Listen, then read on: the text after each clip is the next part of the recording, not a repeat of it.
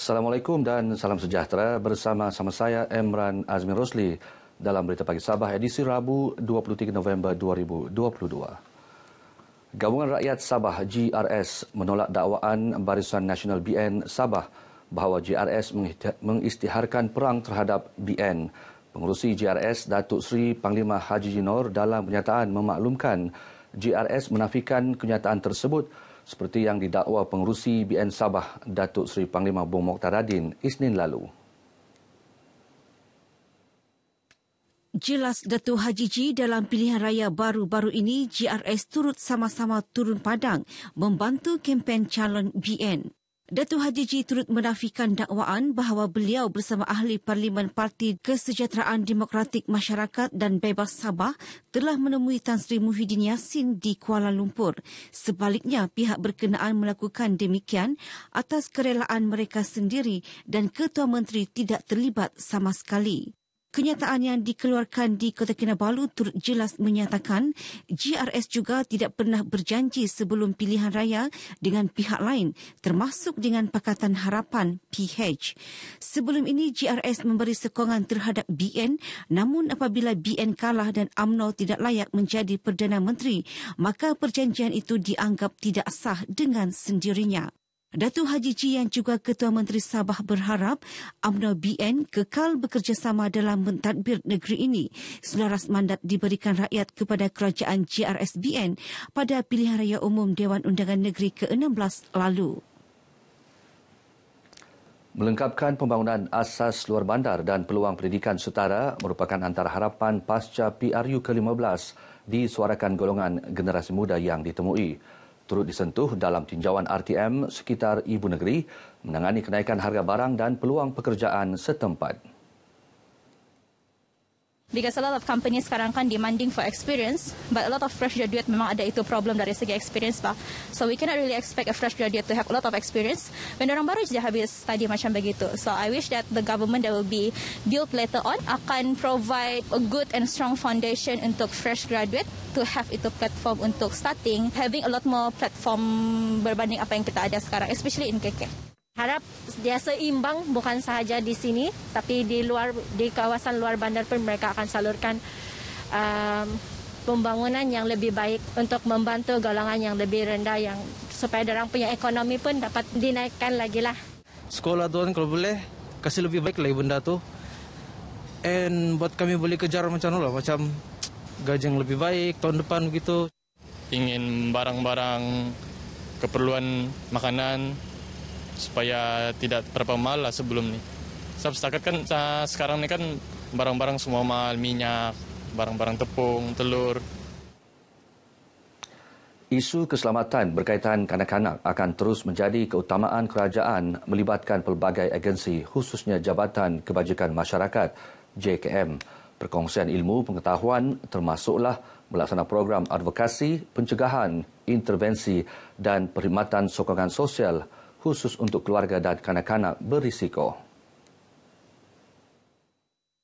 Menteri Pembangunan dan Kesejahteraan Rakyat Datuk Syed Helmi Yahya berkata pelaksanaan program turut melibatkan komuniti setempat menerusi pasukan perlindungan dan pasukan kebajikan kanak-kanak. Berdasarkan statistik setakat September, 533 kanak-kanak terlibat berkaitan penderaan, pengabaian dan kanak-kanak dibuang di negeri ini. Datuk Syed Helmi menyatakan demikian ketika berucap merasmikan Majlis Sambutan Hari Kanak-Kanak Peringkat Negeri di Kota Kinabalu. Teks ucapan beliau disampaikan pembantunya, Datuk Flovia Eng.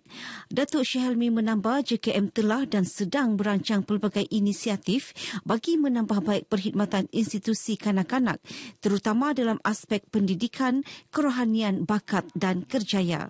Ia termasuk memperkasa lepasan institusi kanak-kanak dengan menyediakan laluan khas kepada golongan tersebut untuk melanjutkan pelajaran.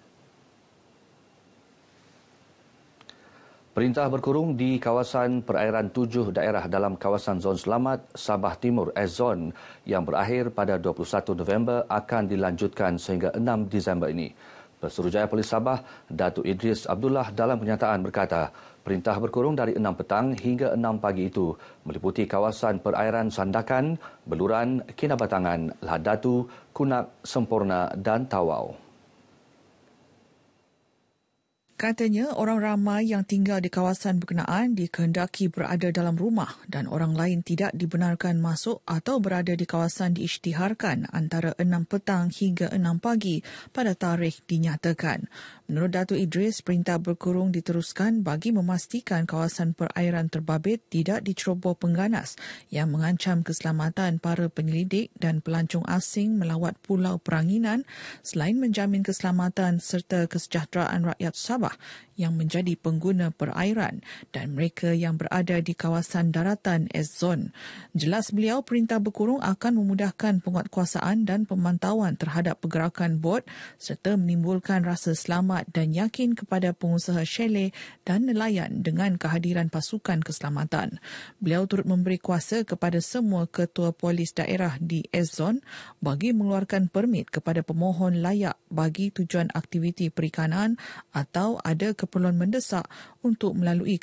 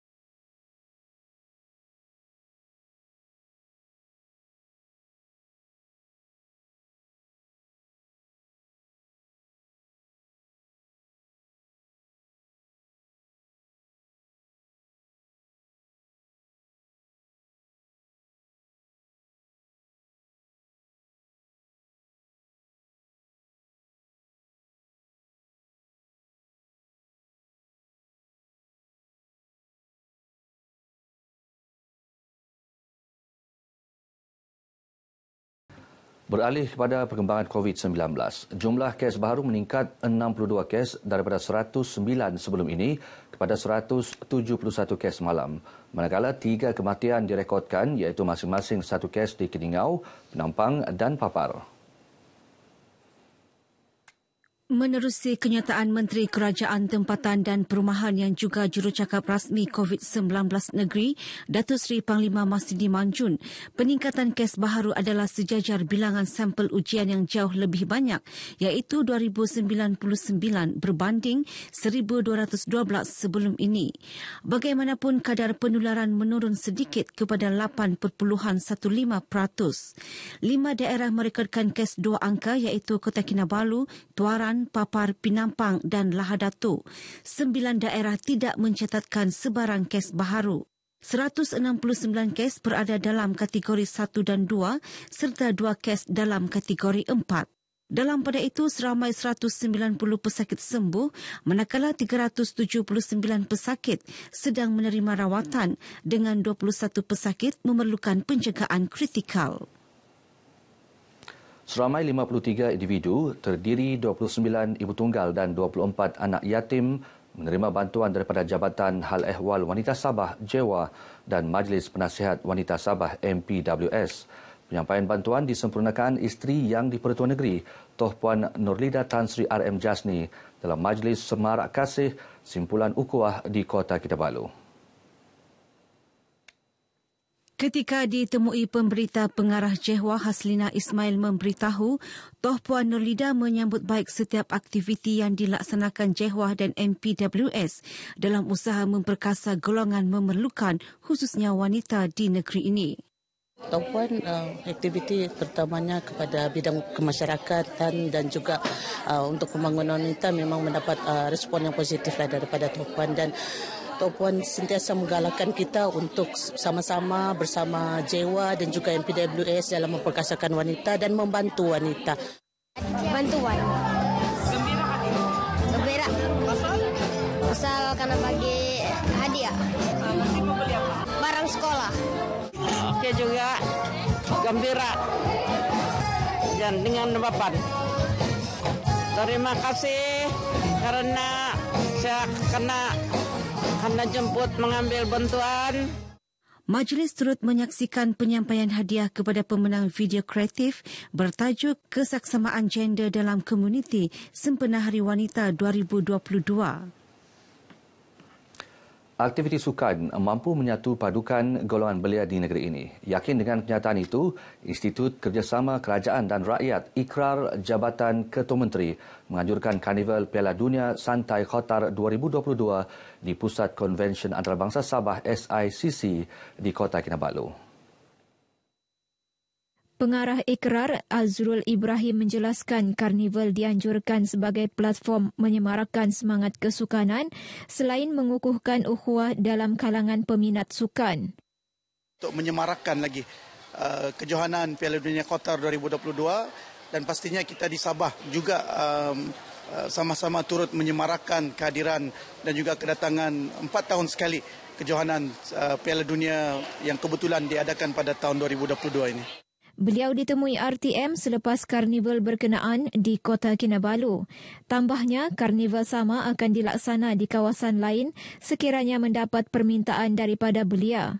Selain menyaksikan perlawanan England bertemu Iran, karnival yang turut dihadiri Menteri Tugas-Tugas Khas dan Penyelarasan Datuk Muhammad Arifin Muhammad Arif turut dimeriahkan dengan pelbagai pengisian, antaranya gerai jualan, kuis, timbang bola dan basking. Baik saudara, paparan tadi mengakhiri berita pagi Sabah kali ini. Teruskan bersama berita RTM untuk maklumat sahih. Saya Emran Azmi Rosli. Salam hormat. Laungan anak merdeka di bumi Malaysia, tanda kita akan bersatu demi nusa dan bangsa, demi negara tercinta. Lupakan segala duka, hentikanlah provokasi, bersatu teguh bercerai.